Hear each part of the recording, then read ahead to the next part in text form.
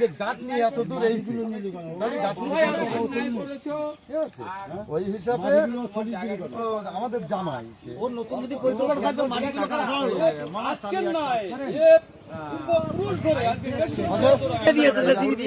জেসিবিতে কত বড় অন্যায় করেছেন এখানে এখানে টোটাল মন্দিরটা মাটিগুলো নিয়ে মানুষ জীবন দেয় মন্দির রক্ষার জন্য আমরা হিন্দু মানুষ রক্ত দিই রাম মন্দিরের জন্য কত মানুষ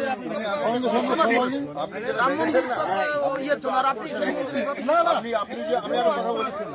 না এটা একটা মন্দির আপনি হিন্দু মানুষ মন্দির ভাবছেন মাটিগুলো পর্যন্ত নিয়ে নিয়েছে ঠিক আছে আপনার জায়গা ভাই এটা আলোচনা করে করা যেতে পারে। আচ্ছা এখানে এক কাঠা জমি মন্দিরের জন্য দান করা ছিল সেটা উড়িয়ে দেওয়া হয়েছে। এখানে ঠাকুর ছিল এই জায়গাটাই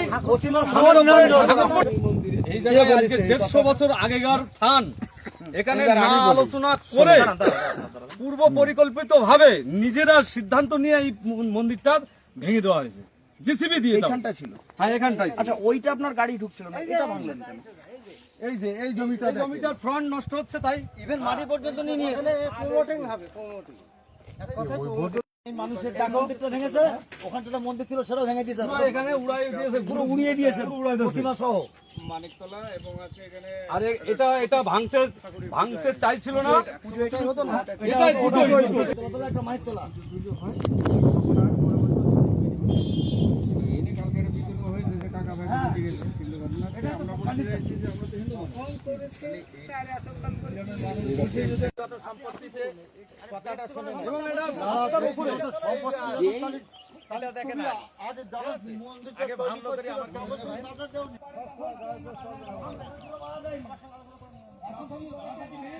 আমাকে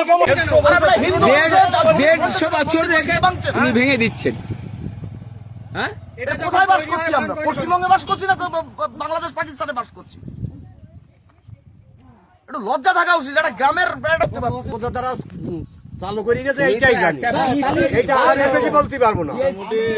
আমার বাপ ঠাকুর দাদারা এই জায়গাটায় গ্রামের লোক বড় বট গাছ ছিল, সেই বট গাছে আগুন লাগাই দিল, সেই বট গাছটা উঠিয়ে গেল।